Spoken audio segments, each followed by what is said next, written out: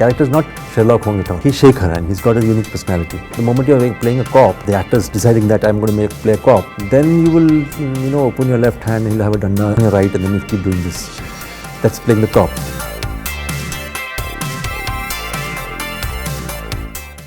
Kay Kay Menon, welcome to The Hindu. Thank you Shilaji.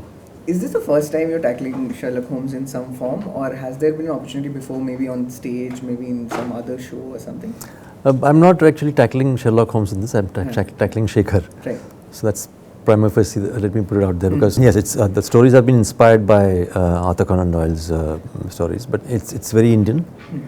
It's 1990s when you didn't have electronic devices, so detection becomes that more interesting. It's physical in nature, so it becomes more interesting. Otherwise, in today's time, you have to just be a computer specialist so you can find out everything. So that is one aspect. Secondly, it's also set in a town called Lonepur, which is like sleepy, lazy. So these are the aspects. Like for example, Malgudi days. You had remember the whole. It will take you back in those times. And the writers have been inspired by the stories of Arthur Conan Doyle. But the character is not really, when you see the entire series, you'll realize that the character is not Sherlock Holmes at all. He's Shekhar and he's got a unique personality, unique thing about himself. And there is a story around it, so which is also unique. So it's vastly different. It's just that, and also Holmes is a bona fide surname in Bengal. So yeah, so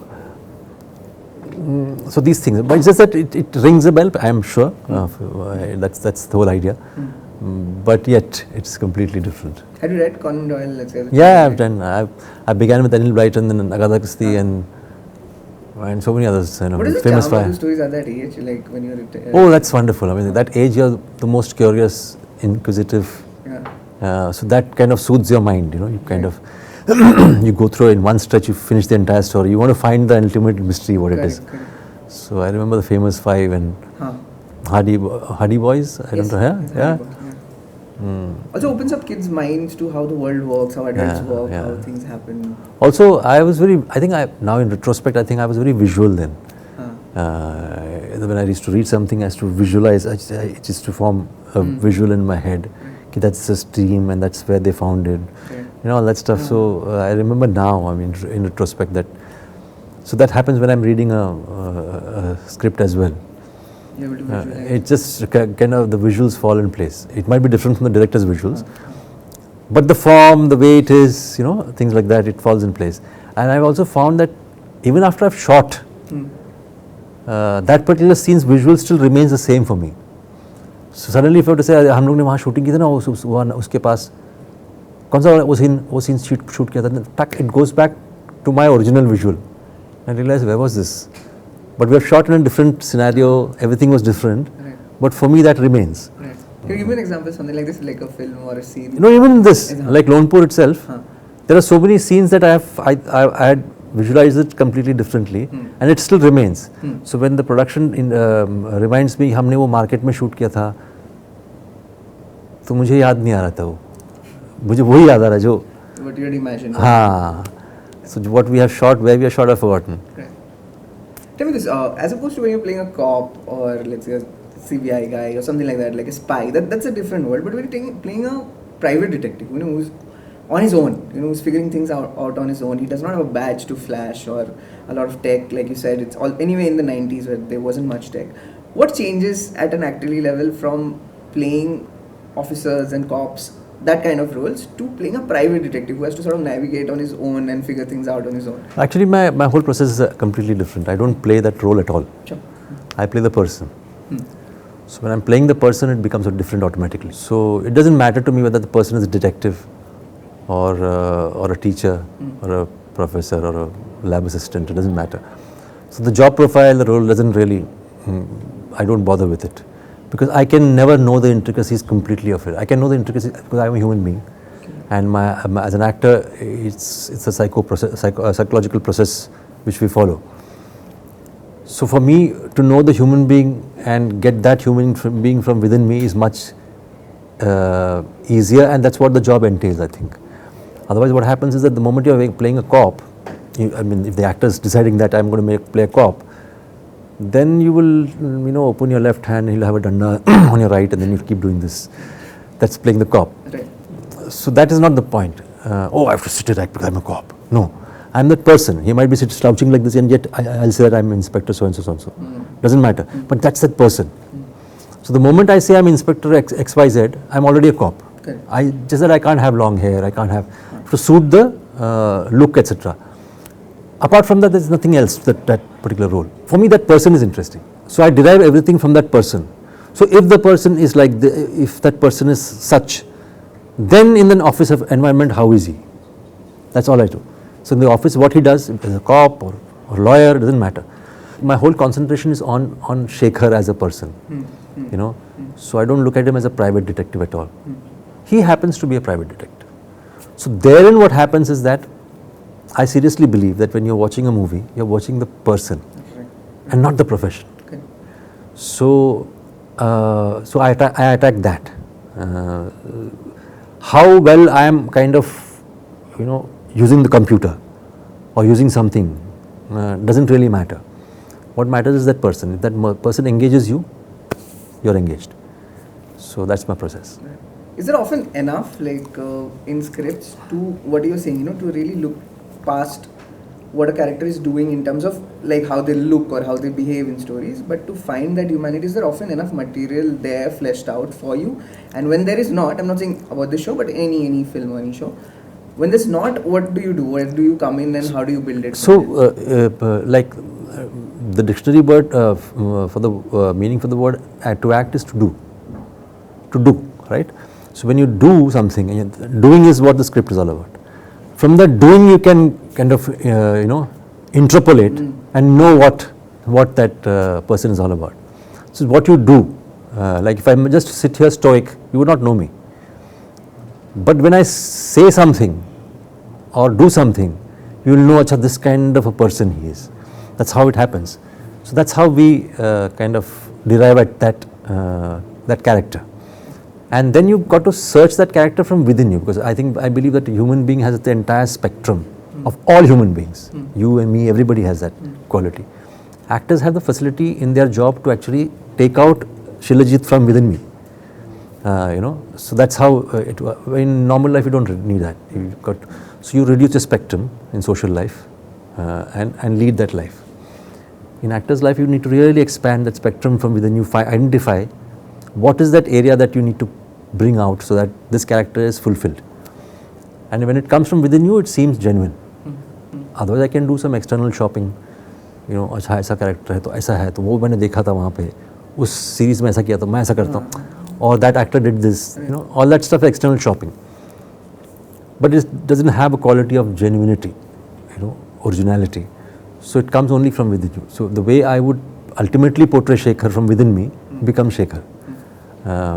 Or else I can borrow it from Comeback or anybody for that matter. That's not the point. Yeah. Once in an older interview, I had said that I'm not really a dialogue-bazi actor, more of an impressionist actor. I like that you use that word. It's something we use in the art world. Artists describe themselves as impressionist. I want to know, what does the word impressionist mean for acting to you? Like, you describe yourself as an impressionist. So dialogue, non-dialogue, I don't do dialoguing. I have conversations on screen.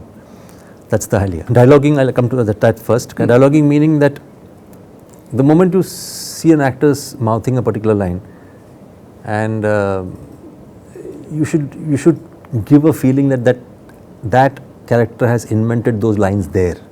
It's not given to him, though it's actually given to him. So that's the whole idea.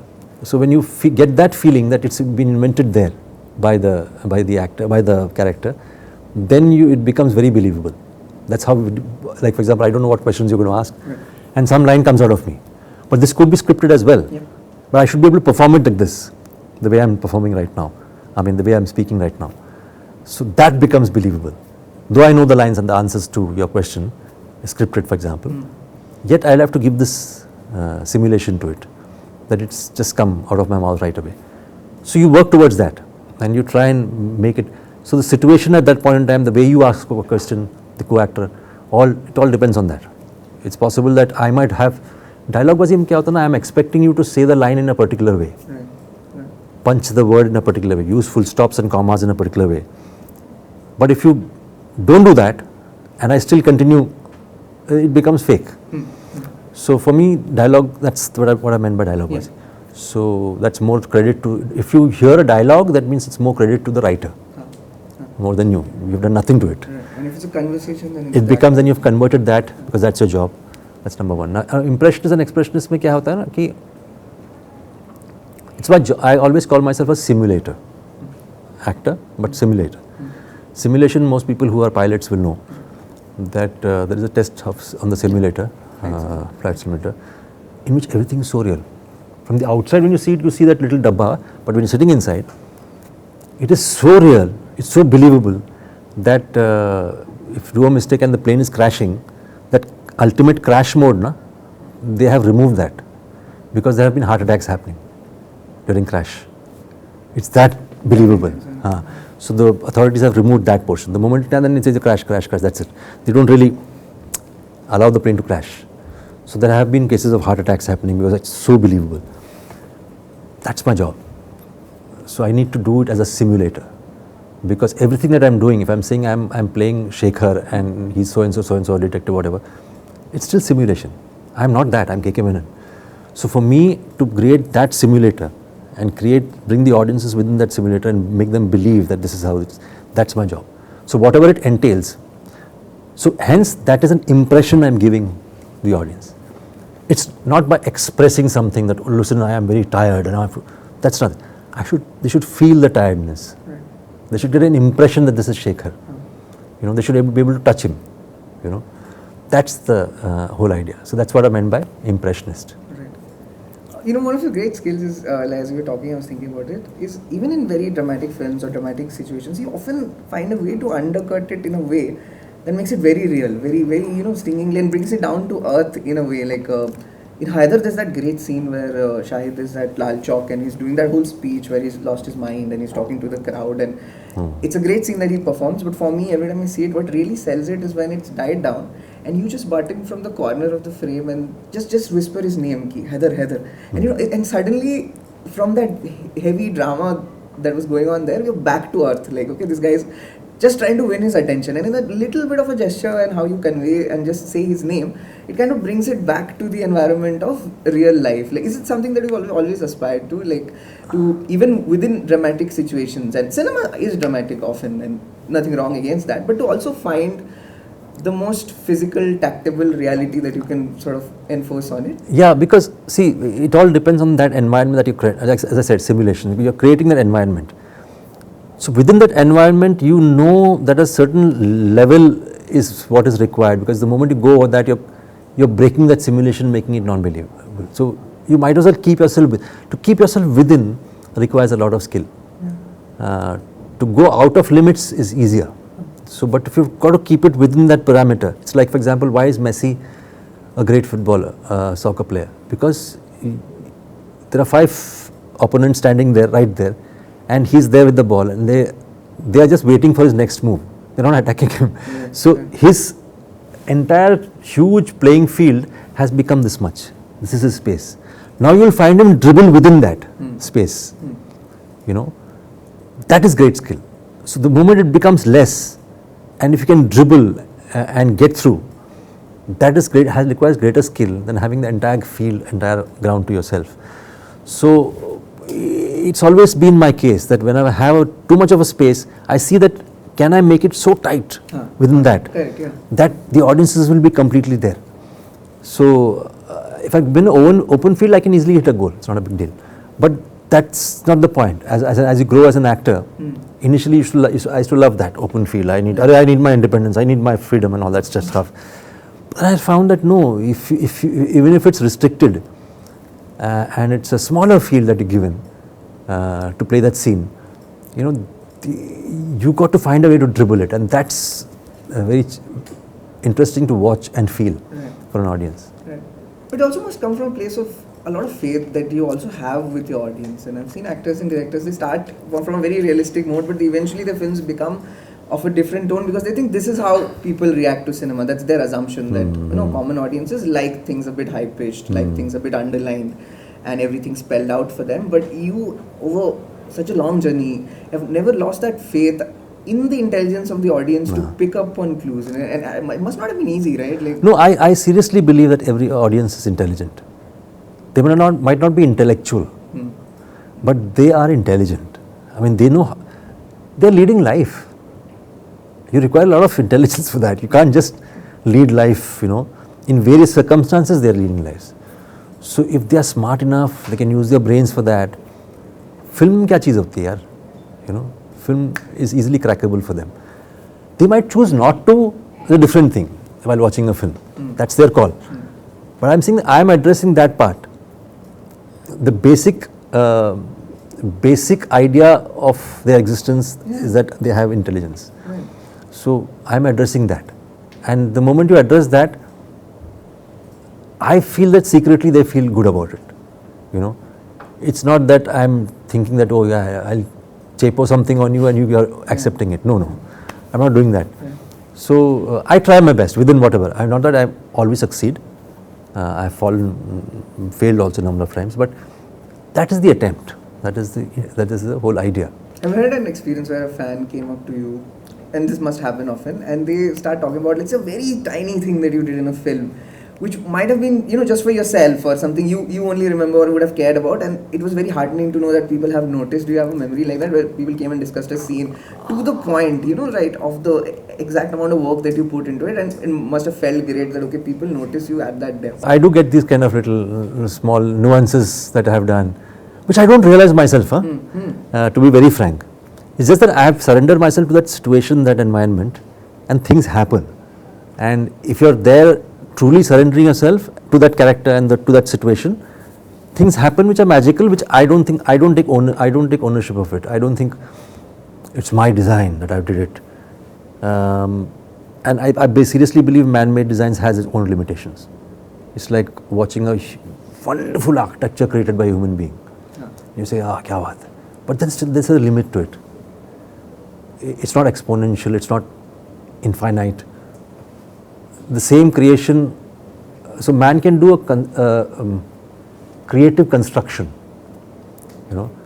but you see a tree or a plant, that creation is magical, because next day you'll see one flower, suddenly you see that has turned some yellow. Yeah. That creation is difficult to match, So I believe that when you do something like and something happens, I can't say I was the architect for it. I can only construct something. Creation happens if you're completely involved in it. So these things happen, and so people notice that, and then I notice it, and say, "Acha, ye kiya tha maine." Okay, things like that. So even when you were mentioning about that thing, it came back to me, but I had not remembered that I did something like that. So, and it was not so intentional that I should do this as a design. And it's great fun that you also discover that you dive in and you say, "Arey, your oyster dikha mujhe." For the actor also, you don't expect that to happen. So I'm just giving you what do you call similes and analogies, but that's what I'm trying to. It's difficult to explain otherwise. So I'm just saying that is something that you kind of do. So that's been the attempt. You've been at it, in a long career. You've done your acting work so superlatively. But tell me also about this. There's the larger role of image building and staying up with PR, and that whole weight that actors have of always being in the public eye, of always promoting yourself, and this endless self promotion. Social media has taken it to another level. It's almost like a second career sometimes people have. What's been your relationship with that? I know to an extent it's needed for actors to keep their careers going and to be in discussions, but has that ever eaten into your creative process, and do you feel like, okay, I'd like to keep these separate, or I'll minimize one and focus on the other? What's been your equation with this other part of an actor's life beyond the craft? No, I think social media is a part and parcel of our lives today, because and I come in normally to promote my films. To promote the projects that I have completed or going to release or whatever. That's my entire aim as far as social media is concerned. I have nothing against social media. I think it's a wonderful medium. It's a different medium. People use it wonderfully as well, And I think it requires some creativity to make reels and all that stuff. I don't think it's easy. It requires some एक जुनून चाहिए होता है. You need to have a passion for it. So I think I look at that as a terrific skill. It's a terrific skill to do that, and I don't possess it. I don't have that skill. So I don't want to enter into something that I don't have. I'm not skilled at, and make a fool of myself. So I really can't. That's why I don't. It's not because I don't like social media. I think I revere it like any other medium, and I don't believe any tools of technology is bad. Sure. It's how you use it. That's how it, it's upon the human being using it. The tool by itself is pure and nice. So social media for me it requires great skill to really. I mean, it's difficult to cut a reel of say 1 minute or 1.5. Yeah, less than that. And then make something interesting. It's difficult. Yeah, I mean, it's not a. It's a creative job. I don't have that skill. Nor do I have the tendency of. होता ना किसी को. It's like if I am a cricketer, I know I would know how to catch a hockey stick, but I would not be able to play that way. So that I am an actor doesn't mean I am also an expert in social media stuff. So that's a separate department that requires separate skills. And since I'm not skilled, I kind of keep it to the minimum. That whenever a film comes, I do whatever I can, and that's it. And PR promotions also, I think, also a part of. Yeah. You can't do much about it. Though jokingly I say it's paap ka prayashchit, but it is a part and parcel. So it's just that you've got to do it because other people in today's times there's so much of information that you might get lost. So you might as well put your information there. Yeah. But was it like earlier in your career where you were like, okay, I'll be very focused on what I do, and this is not for me, and now it's become more relaxed, like you can do it both? No, earlier क्या होता ना, when you're doing film promotions, theatre, which is going to release in the theatre, it's much more aggressive. It is. Because it's like you've got to break the inertia of the audience, get them out of the house, ask them to come at a particular time, 3 p.m., 6 p.m., buy a ticket and sit there. So it's a long process. You've got to really pull them out. So obviously it's much more aggressive. On OTT what happens is that I'm coming onto your lap here. Right. That too at your home, at your convenience. So it requires information to be put out there. So we needn't do so much of promotion, but the information that Shekhar home is coming with these actors and this cast and crew on this platform, Jio Cinema Premium. So these things need to be conveyed everywhere. Hoardings yahan ho, like this talk over here. So these things will go on the social media. So ek limit hai uska. You can't do more than that because that's any which way I'm coming to your home. So you might as well invite me as your guest and watch it here. Right. So that's the thing. Only thing you should be informed that I'm coming. Yeah. I can't just knock in and enter the house. So we are doing that. We are kind of telling you beforehand, hello, we are coming on the 14th of August. So we'll knock on your door. Please accept us. Watch the series. That's what we're doing. In relation to this, I have to say something, and I feel very strongly about this. In the late to mid 2000s, that phase, there was this time when Vishal Bhardwaj's films, Anurag's films, Tigmanshu's films, it really felt like they're going to become the new mainstream. You were starring in many of those. And a sort of middle cinema culture had crept in very nicely, where these films were entertaining, but they also had substance, and audiences were flocking to it. And we felt like this is sort of going to take us to the next step ahead. Of late, we have felt that the space for this kind of cinema has now either you put it on OTT or something like that, or you go to festivals. But the theatrical space has become very brutal. It's only big blockbuster stuff that's working, and occasionally something will work. What are your feelings about this? And did you, back then put a lot of hope that because you were a part of that movement where all these good films were coming, and middle class people would know and be very aware of directors, actors. There's a whole wave of actors that came around that time. They're superstars to us. You and Irfan and Manoj, they were the superstars to us. Do you feel that patronage that was there briefly for theatrical releases for very good content-driven cinema? How do you feel about that not really being there anymore, or going to OTT mainly? In fact, all through my career, I've found phases in which this kind of content cinema threatens to become big. It never happens. And I have always believed that in India, theatrical releases it is blockbusters is the game. you cannot take that away from the Indian audience. They want that. So they want that larger than life, tan tan tan and all this stuff. They love it, yeah. And there's nothing wrong in loving it. So I think that theatrical releases, cinema theaters mein, you need to have that larger than life stuff. And that's how the Indian audiences lap. And it's been happening, that's my firm belief. Because I've seen enough for the past 30 years. अरे ये film now they keep threatening that अभी change होगा, कुछ change नहीं होता है, and it doesn't change at all, and it's okay according to me, because that is what is the deal. I mean, you want that kind of a buffet. Why are you just providing him one nutritious meal? Don't do that, no, because they're not interested in that. They want that buffet. They want that Sunday buffet. So let them have it, you know. So if you want to be a part of it, be a part of it like that. And I've done a few mainstream. I knew I was getting there. I did and stuff myself. So I'm okay with it, because that's a different genre altogether, and you do it as sincerely as possible within that genre. So don't mix up, you know, veg non-veg ko mix mat karna. What I'm trying to say. Just keep it separate. There's different meals. There are different buffets. One is a buffet. One is a separate, what do you call, weight loss meal. Something is a only nutritious meal. You know, there are different meals that people like to have. So let it be. I mean, as long as we can all peacefully coexist, I'm fine.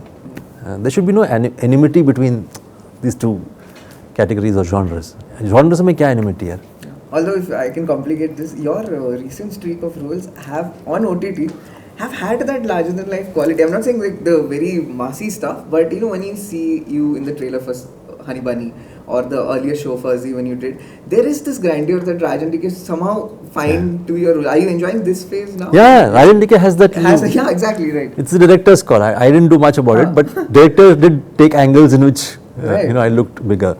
Right. So yeah, that's the call of the storytelling. You know, how do you want to tell the story? Is Citadel in the same zone where with you stepping in? It's a glorified cameo. It's not a. Achha. It's a glorified cameo. Mainly it's Varun and Samantha. You still sing. There's a beautiful video that keeps popping off videos. On and off, yeah. But I do. I used to love it once upon a time, but then after that, I realized that I'm a better actor than a singer. So no, just by yourself, let's say at home or like just for your own joy. Like, do you think? Occasionally, not that I'm very passionate about it. Kay Kay Menon, thank you so much, and all the best for Shekhar. Thank you so much.